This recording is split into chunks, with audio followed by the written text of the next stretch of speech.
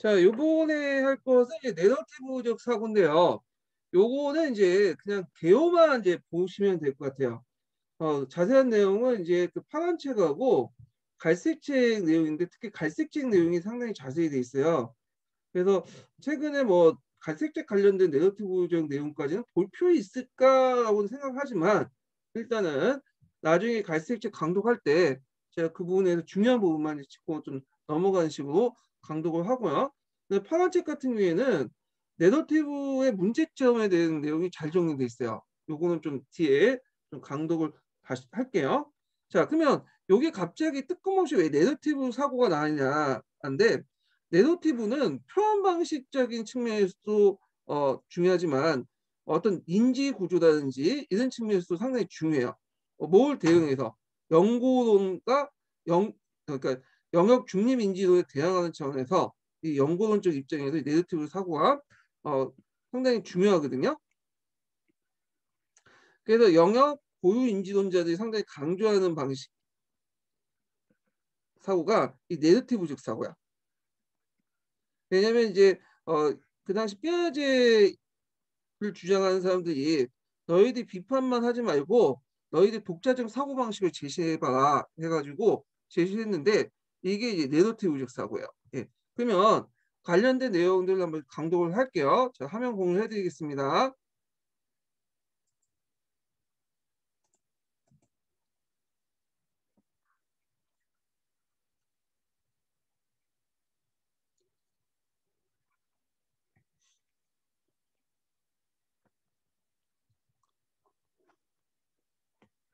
자, 그래서 이제 내러티브 내용을 볼게요.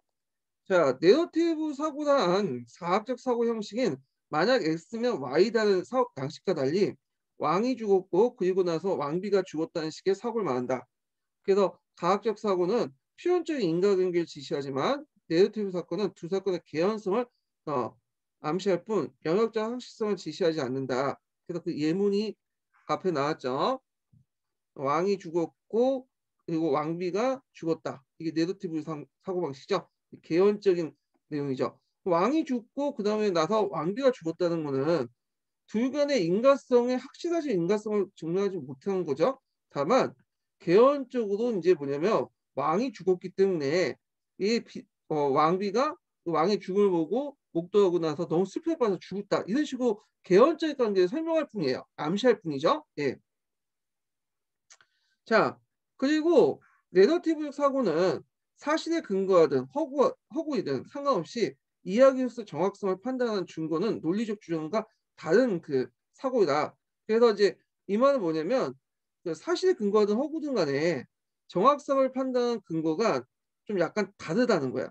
논리적 주장 근거가 어떤 식으로 다르냐? 요 밑에 있죠. 그래서 내러티브 내용이 가지고 있는 박진성, 그다음 적용성, 그다음 적합성, 일관성 등이 삶의 일치성 등 기준을 바탕으로 해갖고 이런 그 적절성을 따진다는 거예요. 내러티브 사고의 적절성을. 그럼 여기에서 이제 좀 눈여겨볼 게 뭐냐면 적용성이나 정합성인데 이거는 이제 비슷한 얘기예요. 그럴듯한 이야기야. 그럴듯한 이야기. 그래서 사람들 볼 때 아 이건 그럴듯한 이야기다. 이렇게 할 때 이제 뭐냐면 그 나름대로 내러티브의 어떤 그 근거가 된다는 거. 내러티브의 어떤 정확성의 판단의 근거가 된다는 거죠. 그래서 가학적 사고 같은 경우에는 논리적 주장을 가지고 근거를 삼지만 여기 이야기로서 정확성을 판단하는 증거가 논리적 근거가 아니라 여기에서는 정형성과 적합성이고 이것은 그럴듯한 얘기 를 이제 보는 거. 전체적으로 볼 때 그럴듯한 얘기면 이치적으로 맞는 얘기면 내러티브의 어떤 그런 정확성의 판단에 근거가 된다. 이렇게 좀 기억을 해주시고 요거는 뭐와 연결되냐면 그 해석학적 순환하고 관련돼 있어요. 해석학적 순환. 그래서 내러티브 사고가 객관성을 추구한 대표적 방식이 부분과 전체의 순환이란 해석학적 방법과 관련돼 있고 순환과 관련돼 있고 이 해석학적 순환이 그 그럴듯한 어떤 그 정형성과 적합성 관련된 내용하고 일관성과 관련된 내용과 연결돼 있다. 이렇게 이제 보시면 될 것 같아요. 그러면 여기에서 해석학적 순환이 뭐냐? 이것까지 설명하면 이제 한도 끝도 없어.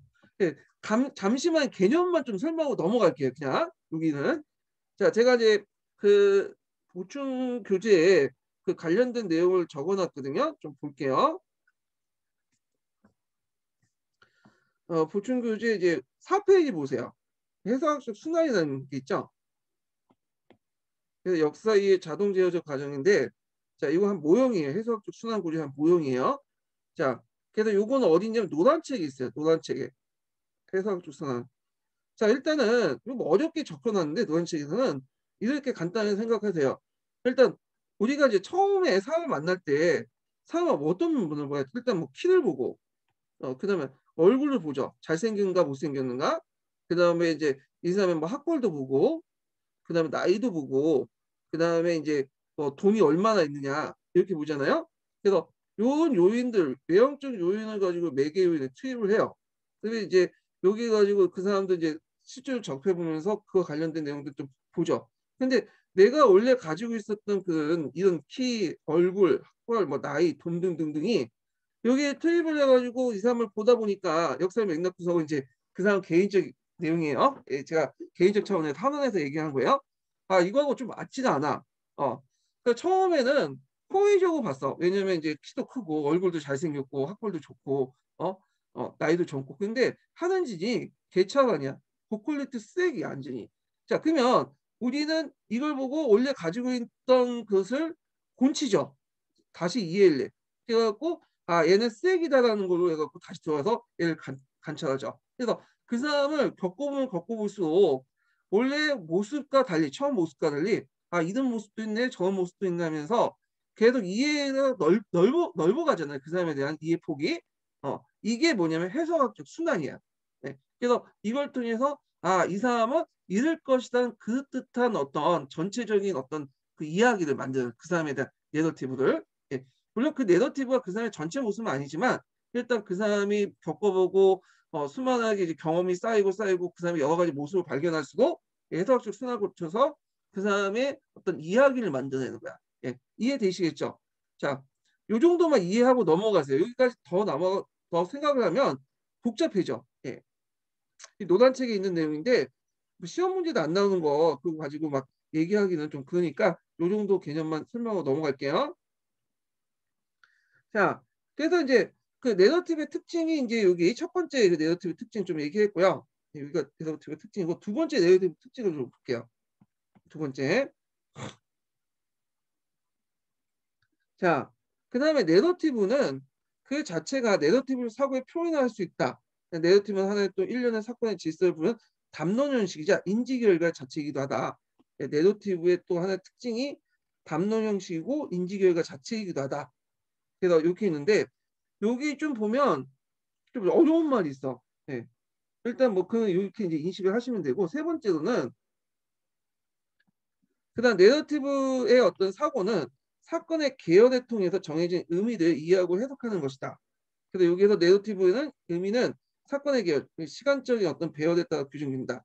따라서 사건의 시간적 배열은 변화 과정을 보여주는 계열로 이루어진 거고 사건들 간의 어떤 관계에 매기며 이야기를 구성하고 의미를 결정하는 핵심적인 역할을 한다. 자, 예를 이제 드는데 자, 우리가 어떤 사건이나 어떤 그 형상들을 할 때 이걸 그대로 우리가 받아들이지 않죠. 사건과 형상들. 뭘 하죠? 편집을 하죠. 우리 나름대로 인식을 통해 편집을 내. 우리 나름대로 편집. 편집이라는 건 나름대로 이제 사건과 형상을 우리의 관념을 통해서 나름대로 편집을 한단 말이에요. 받아들인단 말이에요. 받아들이는 인식을 한단 말이에요.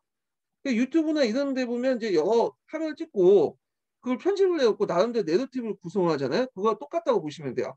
그러니까 어떻게 어떤 방식으로 앞뒤로 이렇게 어떤 화면을 집어넣고 따라서 의미가 달라지잖아요. 예. 그래서 내러티브 사고도 그렇다는 거죠. 자, 예컨대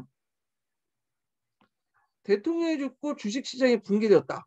자, 그러면 여기에 보면 이제 일단 대통령이 죽고 주식시장이 붕괴되는 거는 A와 B의 이제 사건이에요. 자, 둘의 인과관계는 별개일 수도 있어. 대통령이 죽은 다음에 주식시장 붕괴는 상관없을 수 있는데 이렇게 이제 문장을 구성을 해버리면 어떤 문제가 되냐면 어떤 식으로 이제 인식하냐는 사람들이 대통령이 죽었기 때문에 그 충격으로 주식시장이 붕괴되었다. 자, 이런 식으로 이제 생각을 하는 거죠. 근데 그러면 거꾸로 문장을 다른 식으로 얘기를 해봐요. 주식시장이 붕괴되고 대통령이 죽었다. 그러면 주식시장의 붕괴 충격으로 대통령이 그 소식을 듣고 죽었단 말이야. 그런 식으로 인식을 할 수 있는 거죠. 예. 그럼 완전히 다른 이야기잖아. 그래서 이렇게 사건의 계열을 통해 전해진 의미가 달라져요. 이게 좀 사건의 배열에 따라서 우리가 이제 유튜브라든지 이런 거 영상 통신을 하거나 그다음 우리 사건이나 형상을 바라볼 때 우리 나름대로 머릿속에서 이걸 이제 해석하고 인식을 하는 단계에 따라서 달라지죠. 자, 그래서 이렇게 사건의 순서에 따르면 다른 이야기가 된다. 자, 저자는 이렇게 계열을 보면서 사건의 의미를 재해석하는데 이런 과정을 내러티브에서 계열을 설정한다고 한다. 따라서 계열 설정은 저자의 의도나 전달 메시지에 결정적으로 중요한 과정이 있다. 자, 그 다음에 이제 네 번째 보죠. 네 번째. 자, 네 번째 내러티브 사고의 특징을 이제 보면 자, 내러티브적 사고는 과학적 사고와 전혀 다른 형태의 특징을 가진다. 내러티브의 본질은 자연의 물리적 세계보다는 인간 행위자의 중심이 된 이야기로서 중력과 같은 물리적 힘이 아닌 욕망, 신념, 희망, 지식, 의도, 현실 같은 인간의 의도적 행위에 초점을 맞춘다. 네, 여기 그 다음에 나아가서 예측 불가능한 인간의 의도성을 인간의 행위, 문화적 구분과 연관시켜서 삶의 이야기를 만들어내는 것이다. 자, 그러면 내러티브 사고는 문화적 도구로 활용할 필요하다.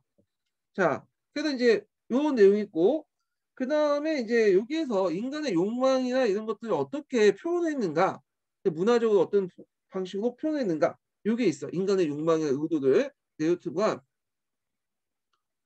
앞에 인간의 의도나 욕망이나 이런 것들을 표현하는 방식. 글을 똑바로 써야 되는데 날린 글씨니까 제대로 쓸게요. 예. 자, 인간의 의도, 욕망 이런 것들을 표현해야 되잖아요. 내러티브에서. 그때 이제 문화적 도구로서 이용하는 것이 뭐냐면 장르하고 프롯이라는 개념이야. 예. 장르 프롯. 자, 그래서 이 문학적인 양식을 이용하는데 문학적 양식은 그 문화적 도구보다 문학적 도구가 낫겠죠. 의미가 좀 오타인 것 같은데. 자, 문학적 양식은 욕망, 신념, 현실 등과 같은 인간의 의도성에 초점을 맞추기 때문에 과학적 논리성 거리가 멀다라는 거죠. 그래서 여기에서 장르하고 프롯에 대해서 이제 설명하고 있어요. 여기서 그래서 쭉 있는데 요거는 이제 좀 쉽게 설명할게요. 이게 자세한 내용이 갈색책이 있어요. 그리고 여기에서 내러티브를 이제 장르 프롯으로 접근하는 관점은 제가 갈색책 할 때 좀 얘기하겠지만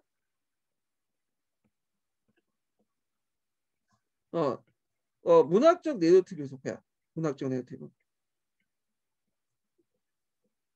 그러니까 이제 역사적 사실을 어, 역사를 문학과 동일하게 본다.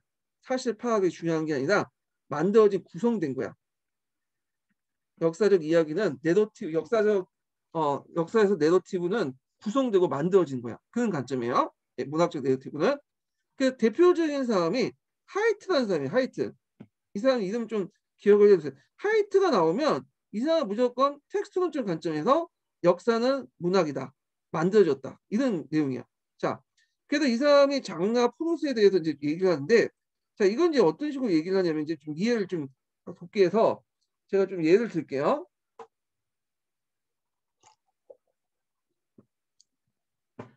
제가 이제 요즘에 병가를 얻어가지고 여기 이제 그 주로 낮에 그 작업을 좀 해요. 워드 작업을 좀 하는데 심심하잖아요. 그래가지고 워드 작업하면서 그 이제 그 IPTV인가 거기에 이제 예전에 드라마를 좀 보면서 해요. 그럼 좀 괜찮거든. 근데 그 드라마 보면 대부분 그 남녀간의 어떤 걸 소재도 하고 있더라고요. 남녀간의 어떤 사랑이나 이런 것들을. 자, 근데 거기 남녀간의 사랑은 좀 약간 이상하게 저도 이게 드라마를 한 편만 본 게 아니라 여러 편 봤어요. 근데 여러 편 보다 보니까 어떤 일정하게 이제 어떤 이야기 구성이 나오더라고. 어떤 구성이냐면 일단 사회적이나 뭐 이렇게 경제적으로 좀 약간 떨어진 그 여자분께서 어, 그 처음에는 재본을 좋아한 건 아닌데 어쩌다 보니까 재본을 이제 좋아해서 사랑해서 결국에 결혼을 이끌어내는 방식이더라고. 약간 그런가? 이게 남녀 차별적인 방식인가? 요즘에 이런 얘기하면 좀 그런데. 예. 그러니까 재벌집 남자와 항상 그 평범한 여자가 만나가지고 그 결혼해가지고 뭐 이런 내용이에요.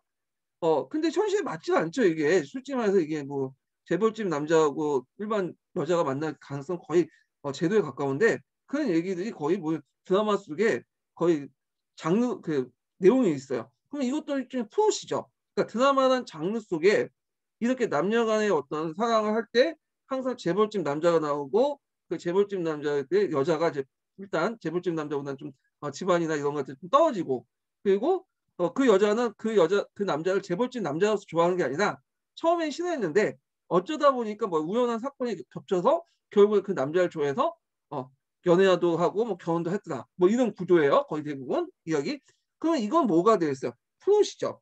드라마다 보면 프로 이런 프로시 이제 들어가는 거야. 그래서 우리가 드라마를 보면 이 프로시를 생각하는 거야. 어떤 드라마든 이 프로 구조 안에서 기승전결이 이루어진단 말이야. 기승전결. 응. 그래서 우리가 이제 인식을 하는 거야. 근데 이런 장르나 드라마 장르와 이런 프로시 현실하고는 맞지는 않죠. 일단 역사적 그 내러티브도 마찬가지라는 거야. 이 현대인들의 어떤 욕구나 욕망들 이런 것들이 채워져 가지고 만들어진 어떤 장르나 프로시지 이런 것들이 현실에 맞지가 않아. 자, 그래서 이제 있고 또 이제 또 하나는 또 뭐냐면 제가 이제 좀 쉬는 시간에 유튜브를 보거든요. 유튜브 보니까 사랑과 그 전쟁이라는 그 프로그램이 있더라고요. 예전에 했던 건데 지금은 끝난 걸로 알고 있는데 근데 사랑과 그 전쟁을 보면 항상 나오는 게 이것도 똑같은 남녀 간의 그 사랑인데 불륜을 다루고 있었죠. 여기는 거꾸로. 얘네 드라마는 아름다운 사랑을 얘기하는데 요건 불륜의 사랑을 다루고 있다. 근데 되게 재밌어요. 현실적이고. 그래갖고 읽어보면 근데 여기도 좀 뭐가 문제냐면 일단 그 이런 사랑과 전쟁의 그 내용을 보면 항상 거기에는 뭐가 들어가 있냐면 이제 불륜이 있죠. 처음에는 한 이제 남녀가 결혼해요. 근데 둘이 바람을 피우든 한쪽이 바람을 피워. 그래갖고 결국 이혼을 한다는 거야. 이혼을. 자, 그런 구조를 가지고 있어요. 기승전을 갖고 있죠. 네. 똑같은 남녀 사랑을 두지만 또 사랑과 그 전쟁이라는 그 프로그램에서 말하는 그 뭐냐면 남녀 간의 사랑은 또 달라. 남녀 간의 관계는. 그러니까 드라마의 장르에서 나는 프롯을 보면 드라마에 보면 이런 프롯이 연결된 것처럼 사랑과 전쟁은 불륜이란 프롯이 막 연상이 되잖아요. 네. 마찬가지로 이제 이 장르와 프롯은 서로 연결돼 있어. 근데 그 사랑과 그 사랑과 전쟁이라는 그 프로그램 속에 나와 있는 것들을 보면 물론 사실은 일부 반영됐지만 너무 극적으로 가장돼서 표현된 거야. 시청자들의 어떤 관심을 끌려고 어그를 끌려고. 자, 이걸 보고 이게 사실이다 이렇게 말하기 좀 힘들죠. 마찬가지로 이제 이런 것들은 그 드라마 속에 보이는 남녀 간의 사랑, 그다음에 뭐냐면 또 사랑과 전쟁 속에 보이는 불륜, 다 현대인의 어떤 욕구나 욕망 이런 것들이 투영이 돼갖고 만들어진 거죠. 그래서 현실을 뭐 가장되거나 만들거나 현실에 없는 것을 만들거나 그러니까 현실과 전혀 관련이 없는 거야. 예. 요 내용을 되게 어렵게 지금 설명을 하고 있는 거예요. 지금 역사도 그렇다. 예. 자, 한번 읽어볼게요. 자, 여기에서 장르라는 것은 텍스트의 종류 또는 텍스트를 구성하는 방식을 말한다. 자, 이것을 이야기를 만드는 방식, 그 속에 삽입되는 주제들 구성하는 방식, 언어 체계를 결정한다. 자, 이렇게 한편으로 텍스트 안에 존재하고 있지만 다른 한편으로 텍스트를 이해하는 방식이기도 한다. 자, 그래서 드라마나 자, 우리가 사랑과 불륜 이런 것들을 보면 이게 장르죠. 하나의 장르. 그러니까 장르 딱 드라마와 그 사랑과 전쟁 딱 보면 이렇게 이제 이야기가 만들 것이다 우리가 머릿속에 들어오잖아요. 예, 이런 거 연결시켜서 보시면 돼요. 그래서 하이트에 따르면 장르는 대표적으로 자 로맨스, 그다음 시극, 비극, 풍자, 자서전을 말한다. 그리고 내러티브에는 플롯이 설정되기 마련인데 아까 이제 장르 속에서 이제 특정한 플롯과 연결된다고 했죠. 장르는 바로 그 플롯이 해석된 틀을 제공하기 때문에 기본적으로 사고 양식의 역할을 한다. 그래서 우리가 이제 드라마를 볼 때는 이게 남녀 간의 사랑이 항상 재벌이 나오더라. 프롯이 연상되고 자 그다음에 그 앞에서 뒤에 이제 그 사랑과 전쟁에서는 항상 불륜이기 때문에 기승전결해서 결국 둘이 바람펴갖고 이혼한다. 이런 이제 사고 양식이 결정되잖아. 그래서 역사가가 하나의 이야기에 대한 비극의 플롯을 구성해 제시하면 하나의 특수한 이야기를 전한다. 만약 시극의 플롯이 구성되면 시극이 되는다. 그래서 이 장르하고 이 플롯은 서로 연결돼 있어요. 그래서 내러티브 사고에 주목되는 건 장르와 플롯이다. 그래서 어떤 장르와 플롯으로 구성되느냐에 따라서 역사의 내러티브 사고가 결정된다는 거예요. 그래서 이제 이거는 이제 일상적인 얘기를 제가 이제 예를 든 거고, 그럼 역사적 사회에서 한번 볼게요. 역사에서 항상 고대 신화, 우리나라 고대 신화하면 플롯은 어떻게 연성되죠? 일단 알이 태어났어. 알이 태어나서 거기에서 위대한 인물이 태어났다. 그래서 난생 신화가 연상되잖아요. 그래서 고대 신화는 하나의 장르가 되는 거고, 플롯은 일종의 뭐냐면 어떤 기승전의 이야기 구조가 되는 거죠. 근데 이게 서로 분리된 게 아니라 고대 신화 딱 장르가 생각하면 플롯과 연결되는 거야. 예. 이런 식으로 장르와 플롯에 맞춰서 이게 뭐냐면 이야기가 구성되고 만들어진 것이 역사적 팩트가 아니라는 거죠. 여기에서는. 야, 그래서 이제 요거는 좀 약간 이제 뭐냐면 아까 했지만 그 문학적 내러티브로 입장에서 본 거야. 역사를 문학으로 보고 구성됐다고 하고 역사를 잘 부정하는 건데, 또 내러티브는 문학적 내러티브만 있는 게 아니라 역사적 내러티브도 있어요. 그래서 역사를 사실 어느 정도 반영한다는 입장이거든요. 이건 갈색체가 강도 갈 때 좀 읽고요. 자, 그러면 이제 여기에서 내러티브 사고의 특징이 나와요. 여기. 자, 요컨대 하면 이제 정리되는 거죠. 요점이라는 거죠.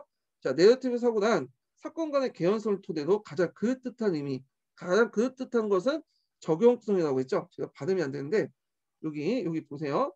이 앞부분. 예, 요거는 적연성이에요. 예.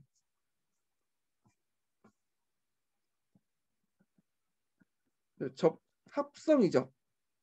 또는 자, 적용성, 정확성이라는 것의 사고이며 개연을 설정을 통해 저자의 해석을 드러내는 사고입니다. 그러니까 시간의 배열에 따라서 어떤 사건을 어떻게 위치에 따라서 완전히 해석이 달라지죠. 인식이 달라지죠. 그리고 장르와 풍신하는 문학적 도구를 활용하여 인간의 의도를 밝히는 사고로서 과학적 사고와 논리적 사고가 다른 사고다. 그래서 요약을 하면 일단 사건 간의 개연성을 토대로 한 사고, 그다음 두 번째 개연을 설정을 통해서 저자의 해석이 드러났고 장르와 풍신하는 문학적 도구를 활용했다. 네. 이렇게 해서 이제 내러티브 사고를 이제 얘기를 했어요. 이거는 아까 지금 얘기한 뭐에 대응해서 영역 일반 그 영역 고유인지로 영역 중립인지로는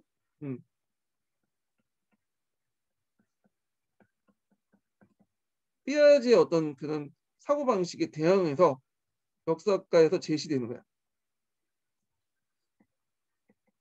그렇기 때문에 이 내러티브 사고는 뭐와 속한다? 연고론에 속해요.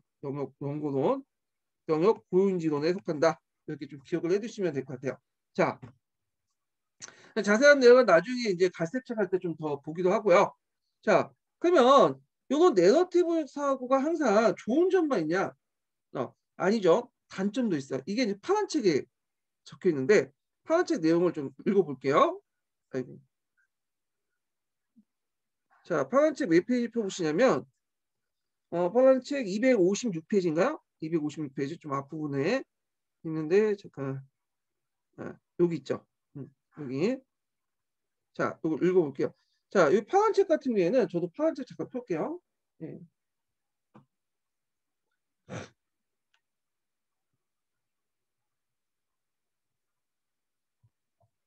자, 파란 책 보면 내러티브 장점이 먼저 나와요. 근데 장점은 예전에도 많이 읽었기 때문에 건너뛰고요.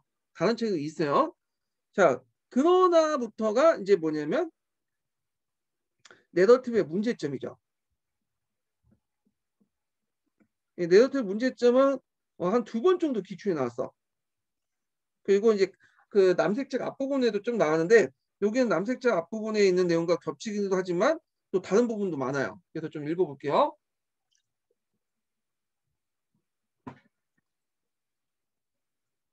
이게 또 왜 안 돼? 자, 첫 번째로는 내러티브는 특정 문화나 집단의 중요도에 따라 사건을 서열화하는 욕구에서 비롯되는 것으로 필연적으로 합법성, 정당성 같은 권위의 관점에 부합된다. 자, 이것은 내러티브 이데올로기적 성격을 갖고 있다.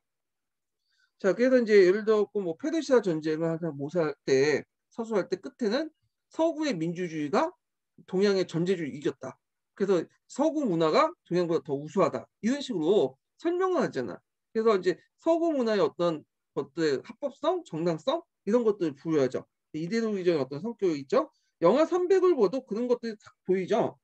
자, 그다음 두 번째로는 내러티브가 이제 보면 프로시라는 구조를 갖고 있어. 기승전. 아까쯤에 이제 영화 드라마 보면 재벌가 만나서 일반 평범한 여자가 어쩌다 보니까 결혼해서 행복하게 살다. 기승전결을 가지고 있잖아. 그 다음에 이제 뭐 불륜이라는 소재를 했고 아까쯤에 한 것처럼 항상 둘 잘 살다가 뭐 바람 나고 한쪽이 이제 깨져가지고 이혼을 하는 그런 기승전 구조를 가지고 있어요. 자, 근데 이 시작과 중간 끝이나 내러티브 구조 아까쯤 얘기한 것은 실제 사건의 흐름에 존재하지 않으며 존재해도 그렇게 많지가 않죠. 실제로 재벌하고 결혼한 여자분이 몇 명이 있겠어요. 솔직히 말해서. 자, 내러티브의 결말은 흔히 상상 속에서 가능한 사건의 일관성을 경험하고 싶은 욕구에서 비롯된 것이다. 자, 이런 것들은 항상 내러티브 요소의 등장인물은 그들의 행위에 대한 의도적 도덕적 판단이 나타나며 거기 내러티브에 이제 보면 항상 선의는 잘 살고 악한 놈은 이제 결국 결과가 안 좋아요.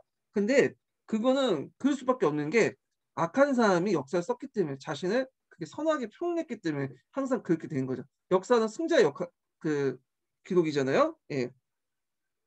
그래서 하여튼은 모든 역사적 내러티브는 사건을 도덕화하고 정당한 의도를 가지고 있다. 이렇게 지적을 했죠.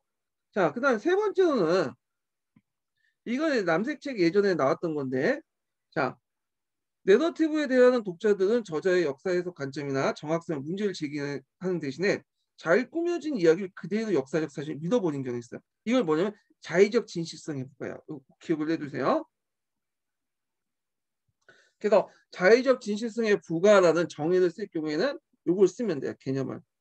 제 생각에 이거 나올 것 같아. 예전에 한번 나왔어요.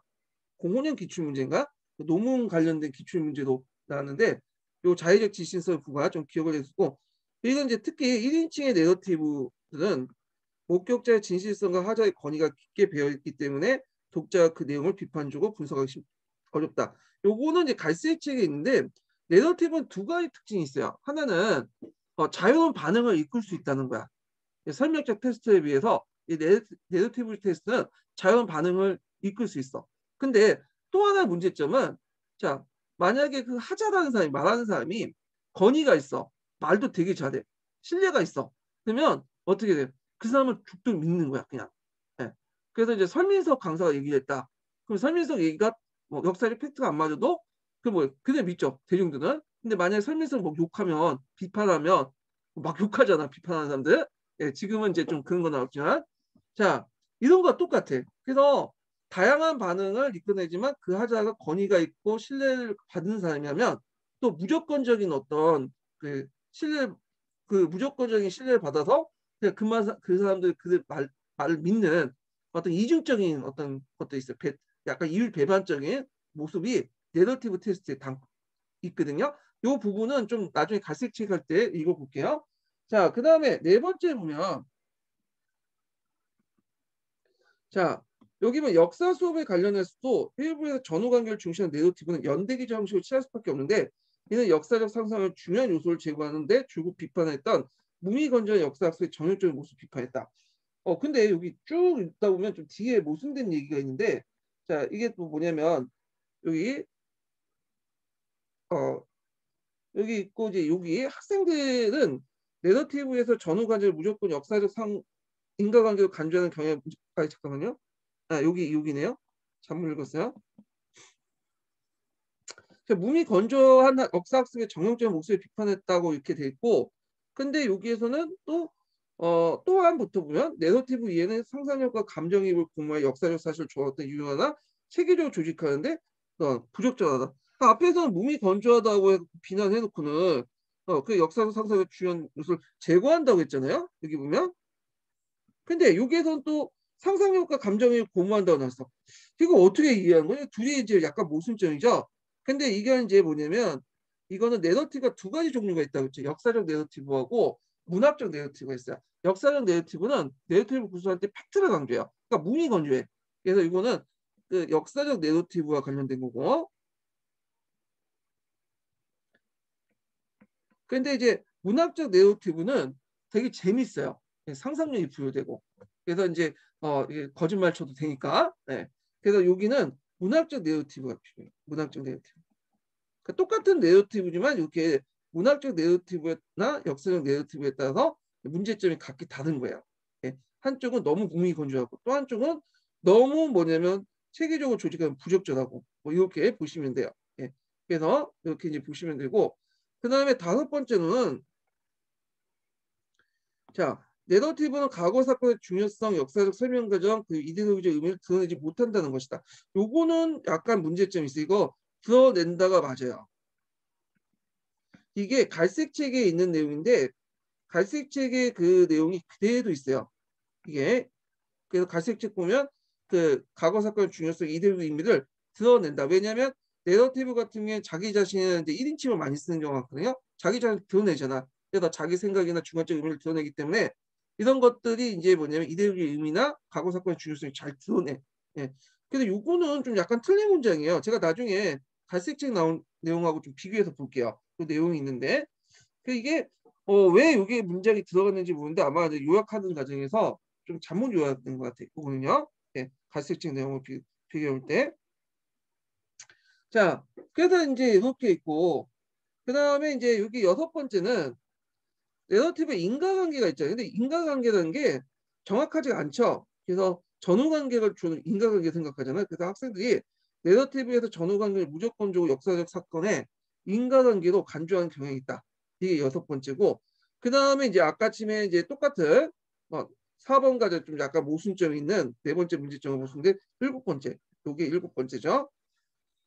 자, 그래서 이제 이런 식으로 이제 뭐냐면 한 일곱 가지를 지정을 하고 있는데 그래서 앞에서 언급한 4번하고 7번은 이렇게 모순점이지만 하나는 역사적 내러티브고 하나는 문학적 내러티브고요.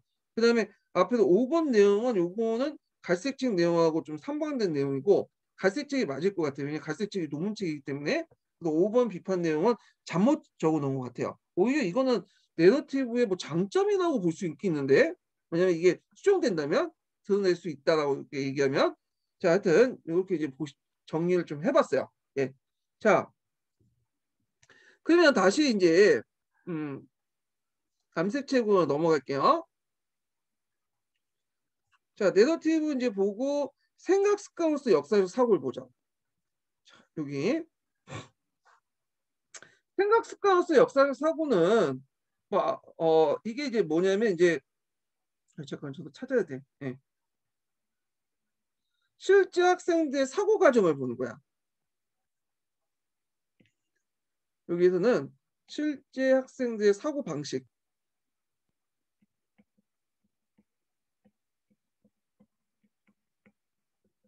앞에서는 이제 역사 사고력이 어쩌고 저쩌고 막 얘기했잖아요. 근데 역사 사고력이라는 것은 추상적인 논의지. 역사 교육학자들이나 뭐 교육학자들 간의 논쟁이잖아. 근데 실제 수업에서는 실제로 학생들이 어떤 사고력이 역사 사고 방식을 보이느냐 이게 중요하잖아요. 이걸 이제 연구하는 것이 생각 습관으로서 역사 사고야. 자, 그래서 이제 요거 관련된 것들이 이제 예전에 문제가 나왔죠. 그래서 뒤에 이제 살펴보겠지만 그 당시 드레이크가 이제 제시한 그 내용이 있어요. 이게 예전에 이제 시험 문제 두 문제 정도 나왔는데 요거는 상당히 중요한 부분이에요. 한번 볼게요. 자, 역사 교육에서 우리가 좀 더 현실적이고 실용적인 접근 자세를 취했다면 역사적 사고는 무엇인가 질문보다는 역사적 사고는 어떻게 사고하는 것인가 질문이 더욱 가치가 있을 것이다. 자, 무엇이라는 것은 어떤 가치를 추구하는 거지.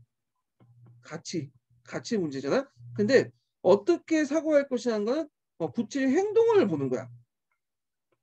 그래서 이건 무엇을 추구하는 것은 항상 역사 사고가 무엇이냐 가치지향적이고 철학적인 문제잖아요.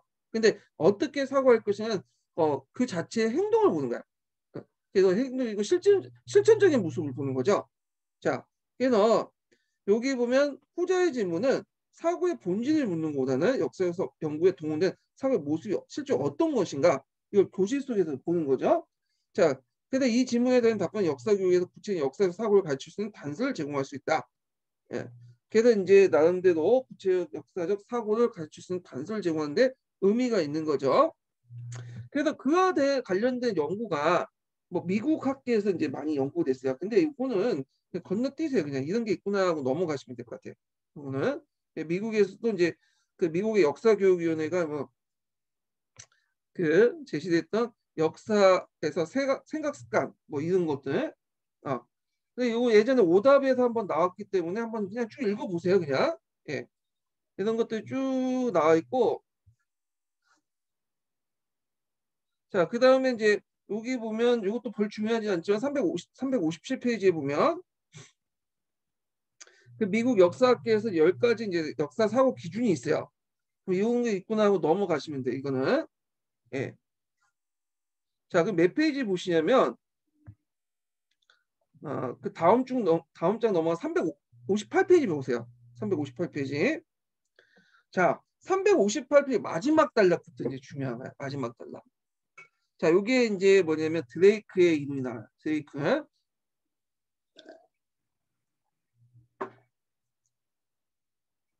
자, 그러면 한번 읽어볼게요. 드레이크의 이론적 기반을 제공했던 사람이 와인버그예요. 와인버그는 그 발견법으로 유명하죠. 발견법. 그래서 요번에 21년도 기출문제에 발견법 관련된 나왔죠.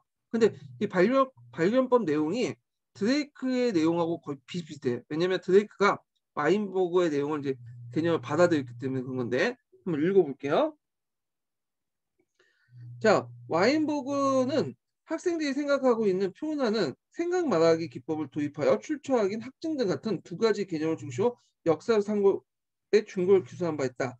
그리고 발견법에 입각한 그의 시험은 역사가의 생각 습관을 구체적으로 밝히는 것으로 할 수 있다. 자, 여기에서 중요한 발견법인데 요게 21년도 기출문제 나왔어요. 기출문제. 예. 이게 언제 기출문제 나왔냐면 05년에 한번 나왔다가 이게 한참 된 다음에 나왔어. 이게 거의 몇 년 뒤야? 15년 뒤인가? 예. 그래서 이제 이게 나왔거든요. 이 발견법은 원래 이제 사료 비판 분석 방법에서 나온 거예요. 그래서 그 사료의 문제점은 이제 부족한 부분을 채우기 위해서 나온 방법인데 이걸 이제 드레이크가 이제 받아가지고 역사적 사고 과정을 4단계로 제시했어요. 이게 그렇기 때문에 그 발견법하고 드레이크의 역사적 사고 과정 4단계는 비슷비슷해 내용이. 자, 첫 번째 볼게요. 첫 번째는 출처 확인이야. 출처 확인. 요거 꼭 기억을 해주세요. 이 출처 확인. 이게 예전에 기출문제 2번이나 나왔어. 출처 확인. 뭐 조선사와 관련된 내용도 나왔고 그랬는데 14년 기출문제 나왔고 11년인가 10년 기출문제인가 그때도 나왔고 하여튼 많이 나왔어요. 얘가.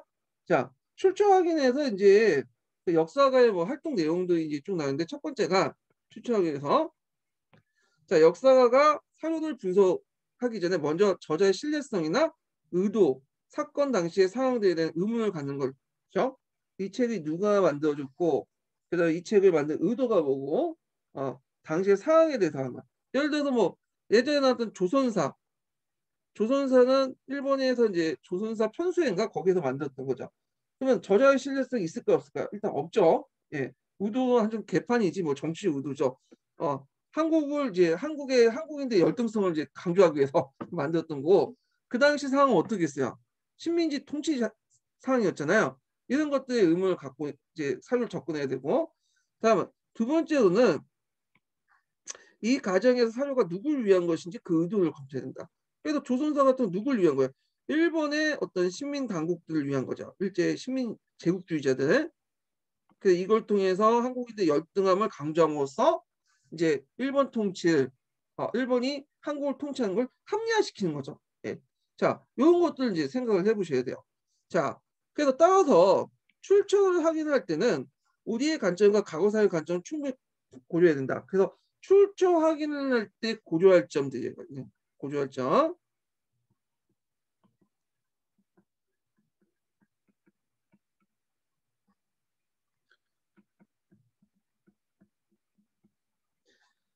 자, 그래서 출처 확인들은 이제 언제 하냐? 역사가들이 내용을 이해하기 읽기 전에 해야 돼. 이 출처 확인은 뒤에 있어요.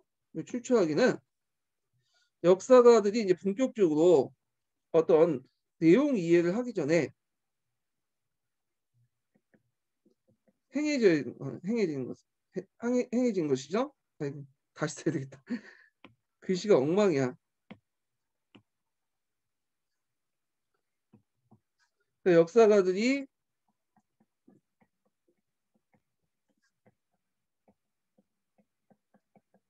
내용 이해를 위해 읽기 전에 행한 것들.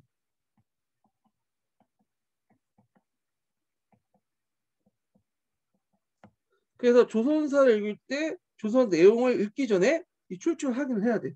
그리고 그걸 의도하면서 염두에 두면서 읽어야 돼요. 예. 자, 그래서 두 번째가 이제 단계가 학증이에요. 학증. 자, 학증인데 학증은 이제 뭐 하는 단계냐면 일단 몇 개의 문서로부터 얻은 정보를 비교해서 문서의 신뢰성을 판단하는 거거든요. 이건 뭐냐면 똑같은 사건이라도 이 사건을 기록하는 문서에 따라서 각기 다른 말을 할 수 있어요. 예를 들어 6.25 전쟁 같은 것들 보면 북한 측 기록과 우리나라 기록, 그 다음에 소련 쪽, 중국 측 기록, 미국 측 기록이 각기 다르잖아요. 그러면 요걸 하기 위해서는 뭘 해야 돼요? 한 개 문서에 의존해갖고 6.25 전쟁을 보는 게 아니라 여러 개 문서들 뭐냐? 비교 분석을 해봐야겠죠. 예. 그래서 신뢰성 확보해야 되잖아, 문서에. 이걸 뭐라고 하냐? 어려운 말로 교차 분석이라고 해요. 여러 사료들을 서로 비교해 가지면서 최대한 사료의 신뢰성을 확보하는 작업, 이런 것도 교차 분석을 하는데 이건 학생들이 하기에는 상당히 좀 어려워요. 왜냐하면 이 정도 하려면 역사에 어느 정도 이제 이 분석법을 하려면 능수성을 가져야 돼.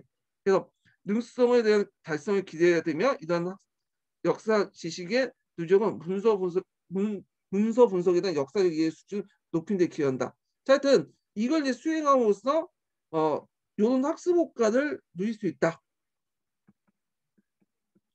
학생들에게. 근데 상당히 힘들다. 이건 좀 아셔야 돼요. 효용성을 높일 수 있다. 학습 효용성.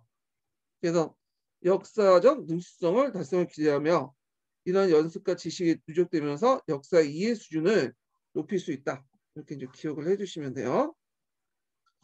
그래서 출처 학증도 한번 시험 문제 나올 가능성이 좀 있어요. 예, 이거 예전에 한 10년도 기출 문제에 종합적으로 문제 나올 때 이제 나왔긴 나왔지만 출처 확인처럼 이렇게 딱 독립된 문제는 안 나왔거든요. 자, 그다음 맥락화를 보죠. 세 번째 단계.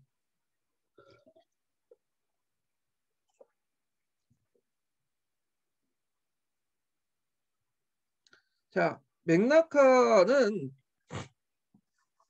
이게 뭐냐? 역사가대 지방 차원이든 전국 차원 간에 시간대가 조건들이 기술하게 행해지던 것을 맥락화라고요. 네, 쉽게 여기 밑에 이제 있는데 동시대의 지역적 국가적 맥락 속의 검토를 말하는 거야. 자, 이를 통해 오늘날의 인식이나 사고방식이 아주 다른 해당 시대의 인식이나 생각 습관을 알 수 있어요. 그러니까 현재적 관점이 아니라 그 시대적 관점에서 인식이나 생각 습관을 알 수 있는 거야. 자, 여기는 맥락을 크게 두 가지로 나눌 수 있는데 하나는 유추적 맥락과 그 다음에 언어적 맥락을 볼 수 있어요. 자, 유추적 맥락은 뭐냐? 유추적 맥락이란 동시대인들과 비교해 특정한 생각이나 주장을 어떤 위치에 차지하는 걸 자진매김할 수 있으며 그 다음 두 번째 언어적 맥락은 자, 동시대인들이 언어에서 어휘가 갖는 의미를 정확히 파악하는 거야. 동시대인들이. 예. 그래서 동시인들이 이제 어떤 생각에 대해서 어떤 특정한 생각에 대해서 각각 다른 생각을 가질 수 있잖아요. 예. 그런 것들을 이제 파악을 할 수 있다는 거죠. 그래서 요런 것들 좀 기억을 해주시고 언어적 맥락이라는 것은 동시대 언어에서 어휘가 가진 의미를 정확히 파악하는 거. 자, 예를 들어 고려시대 때 백정의 의미는 소를 잡는 거고 그 다음에 조선시대 때 백정의 의미는 제가 말하려면 했네. 고려시대 백정의 의미는 일반 사람들, 그러니까 특정한 역을 짊어지지 않는 사람들을 얘기한 거야. 예, 없을 백자죠 그때는. 근데 이에 반해 조선시대 때는 그 신백정이 해갖고 소 잡는 사람들, 예전에 하척이라 불렸던 사람들 백정이라고 하죠. 그 어휘가 다르죠. 그 다음에 동시대인데 이제 유축 맥락을 좀 예를 들면, 자, 그 당시 이제 예를 들어갖고 이제 뭐 6.25 전쟁이 났어요. 6.25 전쟁 계속 하기 좀 그런데, 자, 6.25 전쟁에 대해서 이제 미국에서는 그 당시에는 그 한국을 도와서 공산주의를 막는 그런 식으로 생각을 했는 반면에, 중국에서는 거꾸로 미 제국주의를 막아서 뭐냐면 막기 위해서 누굴 원조해? 조선을 원조한다. 그러니까 항미 원조라는 개념을 쓰는 거야. 각각 다른 거죠.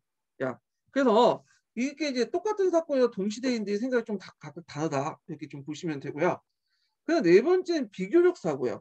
요거는 상당히 어려운 사고야. 저도 이걸 이해하기가 참 힘들었어요. 비교적 사고는. 자, 이게 뭐냐?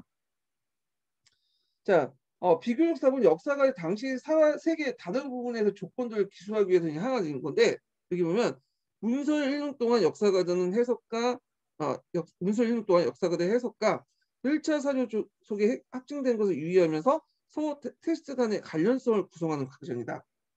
좀 어렵죠. 비교적 사고가. 그래서 1번이고 일단 한번 읽어볼게요. 그 다음에 두 번째는 또한 문서 분석을 통해 당대 지역사회 아이디어 및 사건을 비교하는 것이다. 자, 이걸 제가 이제 예문을 한번 만들어 봤어요. 자, 일단 내가 이제 뭘 이제 하냐면 6.25 전쟁 때 6.25 전쟁이 냉전에 영향을 미치는 거. 냉전에 어떤 영향을 미친가? 어떤 영향을 미쳤는가라는 것을 이제 의문을 갖고 6.25 전쟁의 사료를 찾아봐. 관련된 사료, 여러 사료도 있을 거네요. 사료들을 이제 탐색을 해봐요. 수집을 해요.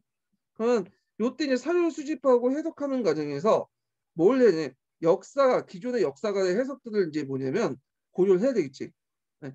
그래서 뭐 수정주의 관점이라든지, 수정주의 관점이라든지, 그 다음에 이제 정통주의 관점이나 등등 이런 것들을 봐야 되고, 그 다음에 또 뭐냐면 6.25 관련된 사료들이 항상 뭐냐면 정확한 사실을 말해주는 건 아니잖아요. 한국 쪽 사료나 뭐 북한 쪽 사료나 미국 측, 소련 쪽 사료가 왔다 갔다 하잖아. 그러니까 요거를 서로 교차 분석을 통해서 확증을 해요.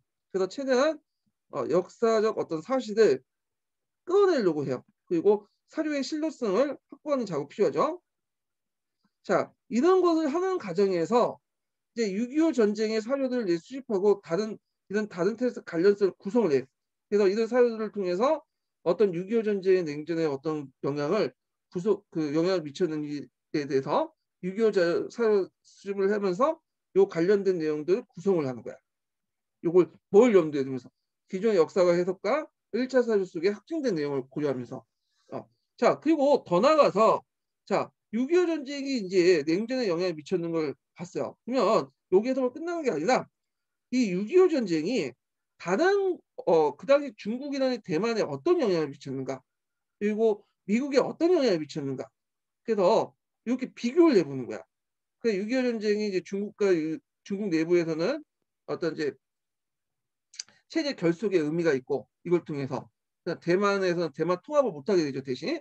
자, 그다음 미국 같은 경우에는 이제 냉전 체제를 더 강화시키고 이제 뭐 메카시 열풍 같은 것들이 확산되고, 이런 것들과 해서 이제 문서 분석을 또 다른 지역에서 이런 것들이 어떻게 이루어졌는가 서로 비교를 해보는 거야. 예. 이것이 이제 비교적 사고야. 비교적 사고. 예. 자, 그래서 이제 제가 말하는 대로 요걸 이제 분석을 해가지고 좀 예를 들었어요. 근데 이게 관련된 예들이 별로 없어갖고 이게 맞는지 틀린지 잘 모르겠지만, 일단 제 생각에 그리고 여러분들 이제 제 예문을 뭐 외우는 것보다는 요걸 외울 때 제 예를 지금 사례를 지금 뭐냐면 좀 염두에 두고 좀 기억을 해두면 암기해 두면 좀 빨리 외우실 것 같아서 지금 제가 말씀드린 거고요. 자, 하여튼 네 가지 이제 단계 사고에 대한 어떤 요약, 관련된 내용이죠.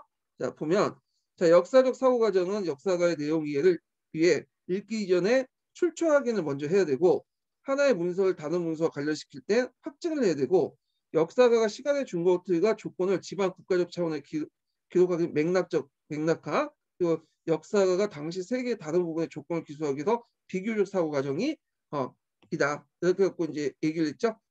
그래서 이제 꼭 기억을 해두시고 확증, 출처 확인, 그 다음에 맥락화, 비교적 사고 이거 네 가지 꼭 기억을 해두세요. 그래서 이제 뭐 요약한 거는 아까쯤에 했던 건 이제 그 읽는 거고 여기 밑에다 적어놓은 거고요. 자, 그래서 이제 쭉 읽어보면 자, 이처럼 역사적 사고력은 사고의 기제나 이론에 입각하지 않고 뭐 추상적인 어떤 역사 사고의 논의에 입각하지 않고 구체적 사고 방식이나 습관에 구조관련 논의 겨냥을 살펴보고 있다. 그래서 이런 논의 현장의 어떤 의의 이걸 보면 첫 번째로는 자, 역사적 사고력을 가르치는 경우 직접 도입할 수 있고 구체적 사고의 지침을 전할 수 있다는 점에서 의미가 있다. 예. 그래서 이런 그 구체적 사고 방식이나 습관을 역사적 사고에 도입을 할 때 역사적 사고의 어떤 구체적성, 구체성을 좀 강화시켜 나갈 수 있다. 이 내용이죠. 자, 그리고 이런 것을 또 역사적 사고에 이제 뭐냐면 도입할 경우에는 역사적 사고에 구정할 때 사고 본성 차원의 논의가 갖는 공허성을 좀 뭐냐면 이런 역사적 생각 습관을 통해서 구체성의 기능을 이제 채워나갈 수 있다. 그래서 역사적 사고력 자체가 추상적이잖아요. 근데 이렇게 역사적 사고의 어떤 사고 습관 이런 것들을 도입하면서 이 공허함을 메꿀 수 있다는 구체성을 좀 강화시켜서 그래서 이제 뭐 이렇게 논의가 어떤 영향을 줬나 나는데 의미 이렇게 이제 보시면 될 것 같아요. 자, 그 다음에 역사적 사고의 구성 요소를 이제 넘어갈게요. 이게 역사적 사고적 하위범죄와 연결돼 있거든요. 요것 또한 기출문제 2번 나왔나? 2번? 단독 문제는 1번 나왔을 거예요.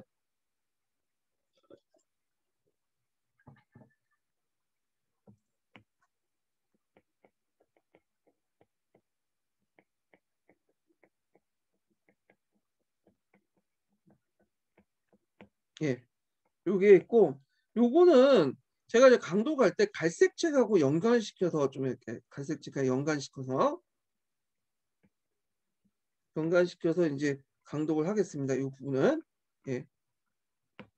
자, 그래서 이제 있고 일단은 이제 그 요거 역사 사고의 구성 요소 얘기하기 전에 제가 인증번호 3개를 좀 인증번호 세 번째 인증번호를 얘기할게요. 세 번째 인증번호는 17이에요. 17. 17. 예, 세 번째 인증번호는 17입니다. 17. 예. 자, 그러면 이제 여기에서 역사적 사고 구성 요소 해가지고 있는데 보통 우리가 역사적 사고력을 이제 나눌 때 이렇게 주의할 점은 뭐냐면 이걸 이제 유기적으로 통합하는 가운데서 봐야 된다는 거예요. 예. 그러니까 이제 뭐 연대기파학력, 역사 상상력, 역사의 판단력, 뭐 탐구력 같이 이게 분리됐다고 해서 이것이 서로 따로따로 노는 게 아니라 서로 이런 것들이 서로 연결돼 있어요. 연결돼 있어. 다만 그 왜 이렇게 개념적으로 이렇게 4개를 나눴냐? 그것은 어떤 부분을 집중적으로 육성하기 위해서 이렇게 나눈 거지. 이게 서로 별개로 따로따로 노는 게 아니라 서로 연대해 갖고 연결시켜 갖고 뭐냐면 인식되었다. 이렇게 좀 기억을 해주시면 돼요. 그래서 유기적인 통합하에서 서로 관련돼 있고 이렇게 개념적으로 분리한 것은 어떤 특정한 사고를 육성시키는 목적에서 이제 이렇게 개념적으로 분리시켜 놨다. 이렇게 이제 보시면 되겠죠. 자, 그러면 한번 읽어볼게요. 자, 역사적 사고에서는 역사적 사고 요소를 개념적으로 구분할 수 있지만 실제 요소별로 따로 적정한 것이 아니다. 사고는 총체적인 정신활동, 유기적인 통합을 통해서 그래서 개개 요소는 별개로 구분되거나 개별적으로 육성한 것이 아니기 때문이다. 예컨대 역사적 탐구의 신장한 학습 목표 삼을 때 사료 수집과 사유 비판, 가설 검증과 관련 도출, 기능을 집중적으로 육성하는 것 가능하지만 이 경우에 연대기적 파악력과 역사 상상, 역사의 판단력을 배제되는 것도 아니고 따라서 역사적 사고의 요소별로 구분하고 범죄하는 것은 역사적 사고를 분석하고 설명한 방편을 유념해야 되고 여기는 안 나와있지만 갈색 책에서 어떤 부분을 집중적으로 육성하기 위한 수단이라고 보시면 돼요. 어떤 부분을. 자, 그래서 이제 그 국내에서도 역사적 사고 요소를 범주화하는 그런 것들이 이제 연구가 진행되는데 그중에 이제 여러 가지 논쟁이 있었지만 그중에 대표적인 게 연대기록 파악력, 역사적 탐구력, 역사적 상상력, 역사적 판단력 네 요소예요. 이거 외워두세요. 요 밑에 이제 크게 네 부류가 나오는데 여기가 이제 여기 큰 네 부류가 이 부분이에요. 예. 자, 그래서 이건 누구의 견해냐면 최상훈 씨의 견해예요. 최상훈 씨 견해.